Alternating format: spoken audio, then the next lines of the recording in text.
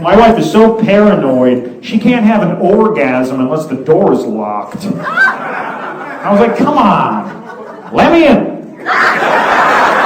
My wife went into a coma. Oh, sorry to hear that. And the doctor said to me, you won't hear this from any 1935 comic. He says to me, there's one way to wake her up, but it's a little unconventional. You go in there and you have oral sex with her. I said, by God.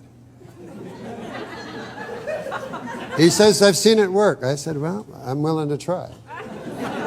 So I go in there, I'm in there about 5 minutes, and I come out. I said, Doc, she's choking. I went to the doctor and I said, Doctor, my bottom hurts. He said, can you tell me exactly where it hurts? I said, right around the entrance. It's really sore. And he said, my advice is that for as long as you call that the entrance, it'll hurt. I feel like the vagina is a lot like a university. You got to be accepted. And much like university, easier to get in if you have a lot of money. You're like, well, how'd that guy get in? He doesn't have any money. Well, he's an athlete.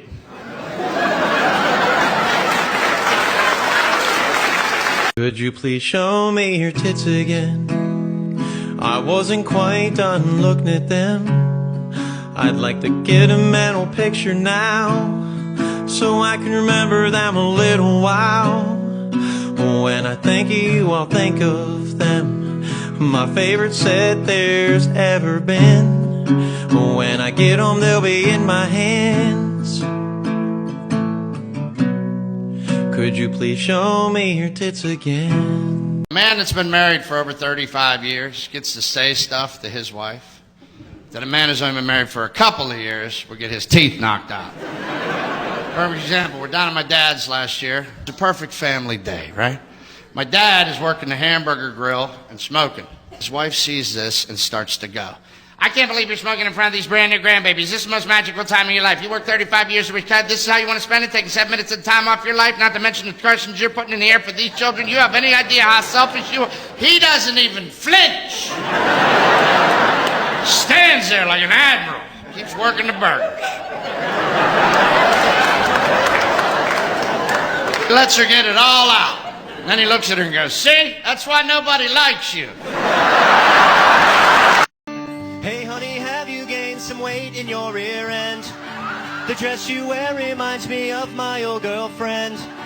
And where'd you get those shoes? I think they're pretty lame. Would you stop talking, cause I'm trying to watch the game? If you're a man who wants to live a long and happy life, these are the things you don't say to your wife.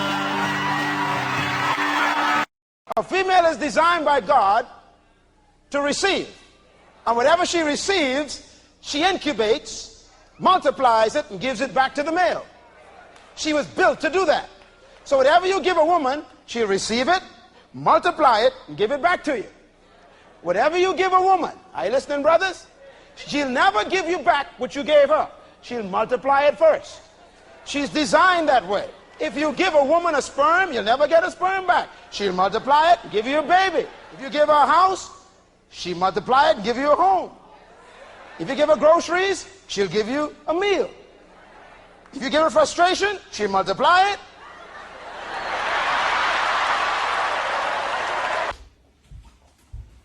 Morning. Hi. How are you? Good? What? Yeah.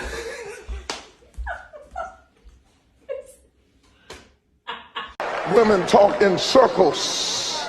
Men talk in straight lines. I come in and I ask my wife, what's for dinner? That's what I really want to know. She says to me, well, I was getting off work and I recognized we didn't have nothing at the house to cook. So I knew I had to stop by the store to get something. I was going to go to Big Bear because they had a sale on. But the traffic was backed up all the way up 75. I had to go down 35 and up Euclid. I came up Euclid and got to Kroger's. Now you know I hated to pay full price for chicken when I knew that right over at Big Bear they had it on sale. But I went ahead and got it anyway, and while I was in the store, I saw some ice cream and some chicken. I ran into Fred's wife. Can you believe it? That girl is pregnant again. Anyway, I got back home. Can't you just say chicken? Dad. Yeah. I have a question. Okay, which question? What did one saggy boob say to the other? What did one saggy boob say to the other? Yeah. I don't know. We better start getting some support around here. People are gonna think we're nuts! How to make your wife laugh in 3 easy steps. Step 1, hold her hands. Step 2, look into her eyes.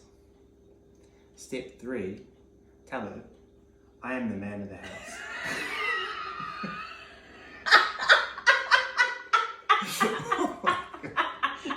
Yesterday, scientists in the United States revealed that beer contains small traces of female hormones. To prove their theory, they fed 100 men 12 pints of beer and observed that 100% of them started talking nonsense and couldn't drive.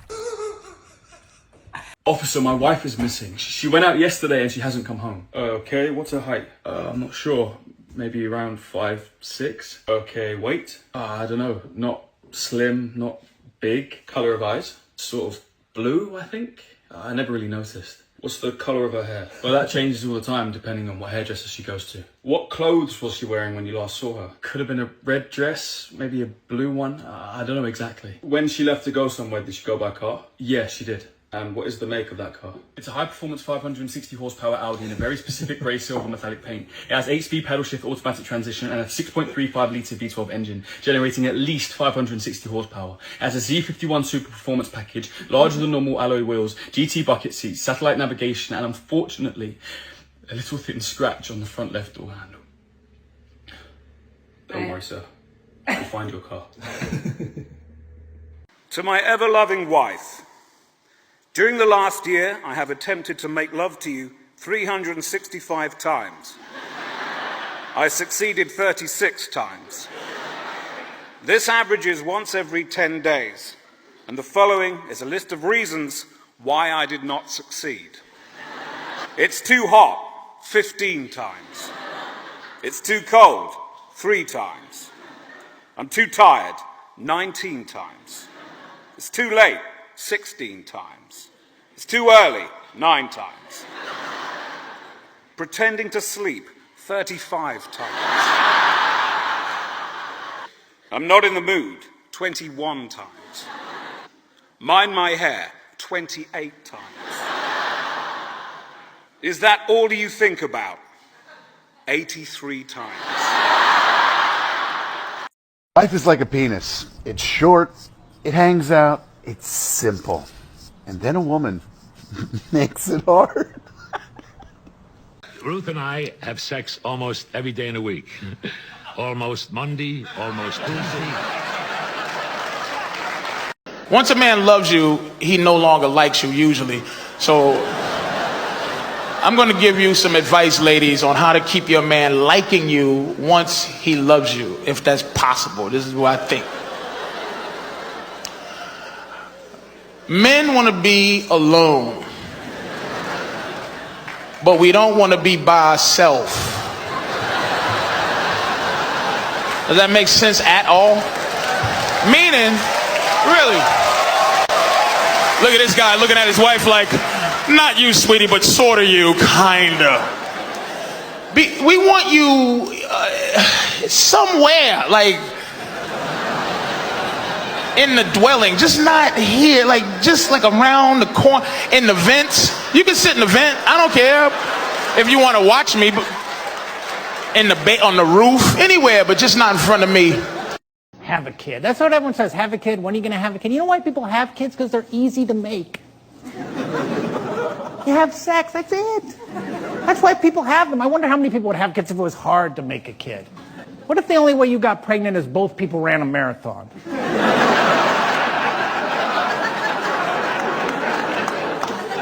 There'd be like 9 kids in the world. They'd all be from Kenya. And I always like to take just a moment, share with the men in the room, and help you to understand the women in your life just a little bit better by telling you the difference between a woman with PMS and a woman going through menopause. A woman with PMS will kill you.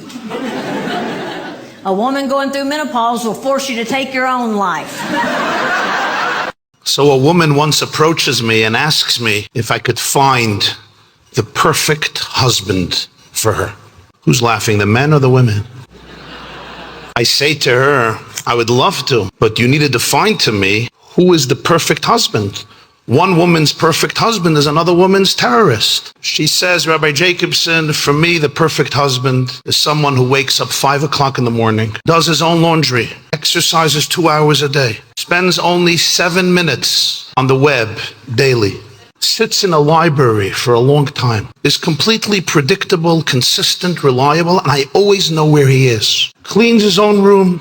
All meals are on him, doesn't drink, ever. And 9 o'clock p.m., every night he's in bed. That's the perfect husband, Rabbi. Why? Do you think you can find him for me? I said, absolutely. She said, there are such men? I said, yeah. She said, where? I said, in prison.